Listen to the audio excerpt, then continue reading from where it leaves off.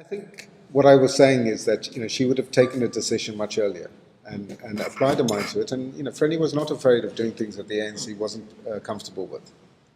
And she would tell them that I'm going to do something, and you're not going to like it, but you're going to have to live with it. So I think given the clarity of that Constitutional Court judgment, you're really going to have to be, particularly at this 11th hour, be very clever to find a way that justifies an open vote, given what in particular, what Dr. Makosi Kosa is talking about, the threats to her and her family. I mean, I think that's something that cannot be ignored. And she's the only one that has spoken out about it. And the Speaker needs to consider whether other MPs, and we don't know whether other MPs have privately or confidentially approached the Speaker in that regard. We only know about this because Dr. Kosa has gone public.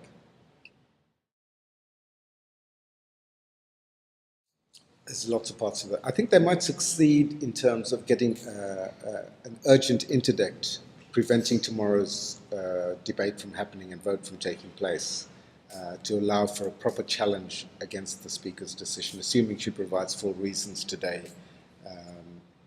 which I would argue would also need to include reasons as to why it's taken her so long to make that decision. So I think the chances of securing an urgent interdict are very high. And obviously, whether the decision is rational or not will depend on the reasons that she provides. So that's really what will need to be tested, is how do those reasons that she provides stack up against the framework or the guidelines that the Constitutional Court has given to her in terms of how that discretion ought to be exercised. Because the court said, there will be very rare occasions when a secret ballot is justified, because openness is at the heart of our constitutional system, and that members of Parliament should function in an open way. There's, as I said, there would have been a lot on her side if she took an early decision on the issue, but I think the delay has compromised her bona fides, if nothing else.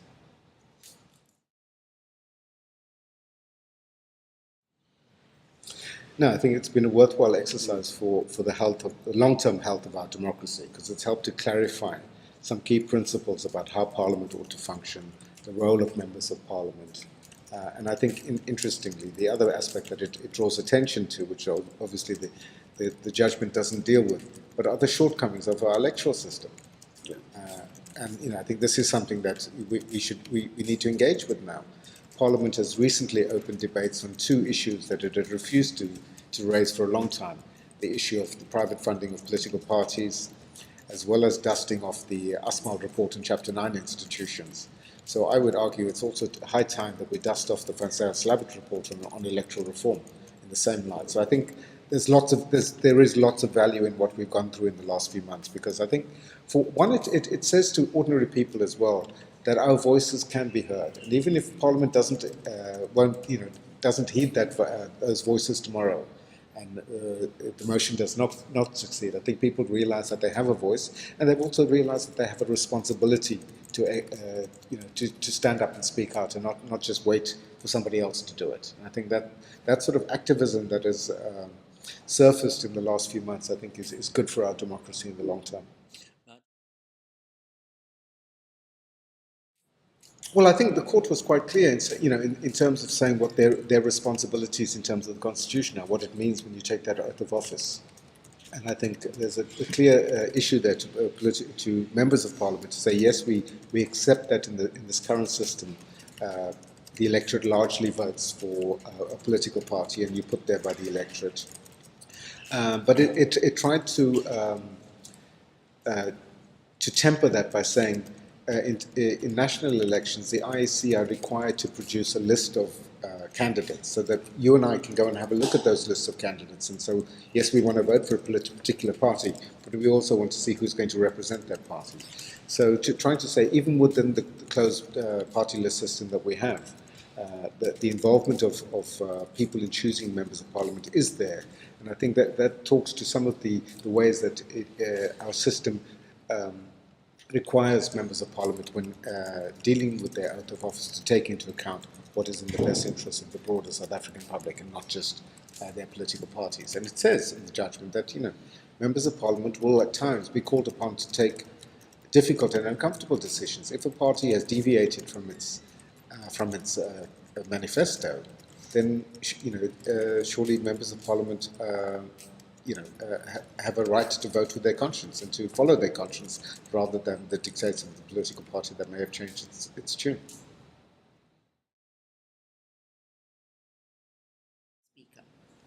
Yeah, I mean, I think it's difficult and probably not wise to legislate on every single issue like that. And I think sometimes we've got to allow political process and political maturity to develop, and for a political party to say this is not right, this is not right for the health of our democracy, that we have somebody who's conflicted in that way. I mean, to be like I said with Frenny and Max, who were members of the NEC. They were able to function, but it was functioning behind the scenes in the privacy of NEC meetings rather than as a public figure of the ANC. And those sorts of differences are important. So I would be hesitant to say we must legislate and say that so-and-so can't hold office. If you're eligible to be elected as a member of the National Assembly, then you're eligible to be the president or the speaker. So I would caution against that.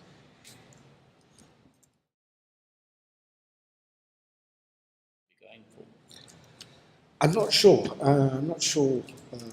That that's the best system that we can. I mean, what I'm really saying is that we need to have the debate and the discussion. I think there are certainly advantages of that system, certainly over the current model that we have. But is that the best system? Is it all that we need to look at? Is what was proposed there? I think it's important to have the debate. And CASAC had a piece of research commissioned about 18 months or so ago by Professor Stephen Friedman. And we asked him to look at this very question as to would changing the electorals, how would it impact, particularly from the point of view, what impact would it have on levels of public accountability? Because it's pointless changing the system if it's not going to have any impact on the other side of the equation. And his answer was that, it might help, but not necessarily, not unless we have a change in our political culture, that people become more engaged. We start to hold elected representatives to account. So the two must go together. Simply changing the electoral system is not going to solve our problems unless we're also much more active on the ground.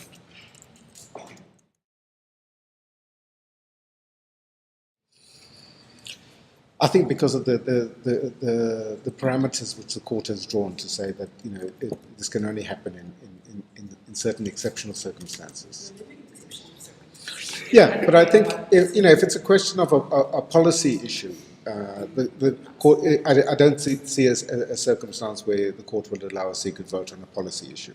And I think that the court was careful to try and draw that distinction in its judgment to say that on a question like this, because it goes to the very heart of Parliament's role of exercising oversight over the President, and even then not on every occasion. And it drew a distinction between what one might call a flimsy opposition motion of no confidence, just to try and get some publicity and score a few political points. And the court would say, well, in those circumstances, it should be an open vote. But when the nature, and that's why I started by talking about the nature of the motion of no confidence, what are we actually talking about? Because that has a bearing on whether it should be an open or secret vote as well. So it's, you've got to weigh up all of these factors very carefully, and I think it'll really be in very exceptional circumstances when the secret ballot is justified.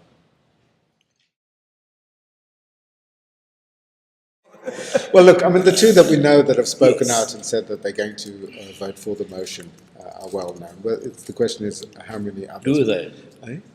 Makosi Kosa and Mondli Gungubele. Get it on the record. Makosi Kosa and Mondli Gungubele, who both said that they will vote for the motion. Yeah. I think others have said that they will vote with their consciences, whatever that might mean.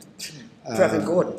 And some of those who are saying that may well be saying, and I think this comes to the issue of members of parliament who are also aligned with the Communist Party, who there have been mixed signals from the Communist Party, but who, some of whom are saying that they may abstain in the vote, and so on. So I would be surprised if there were more than 12 or 15 members of the ANC who voted for the motion.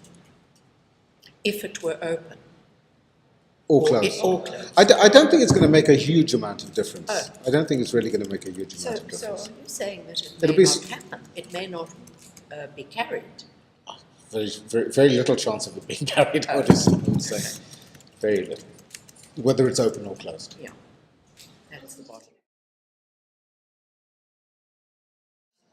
I don't think so, no, and for the reasons I've just said, in terms of the particular circumstances that pertain now, the nature of the motion, but also, and that's why I think the reasons that the Speaker provides for or against it are important, because that sets the precedent, not the fact of a secret ballot itself.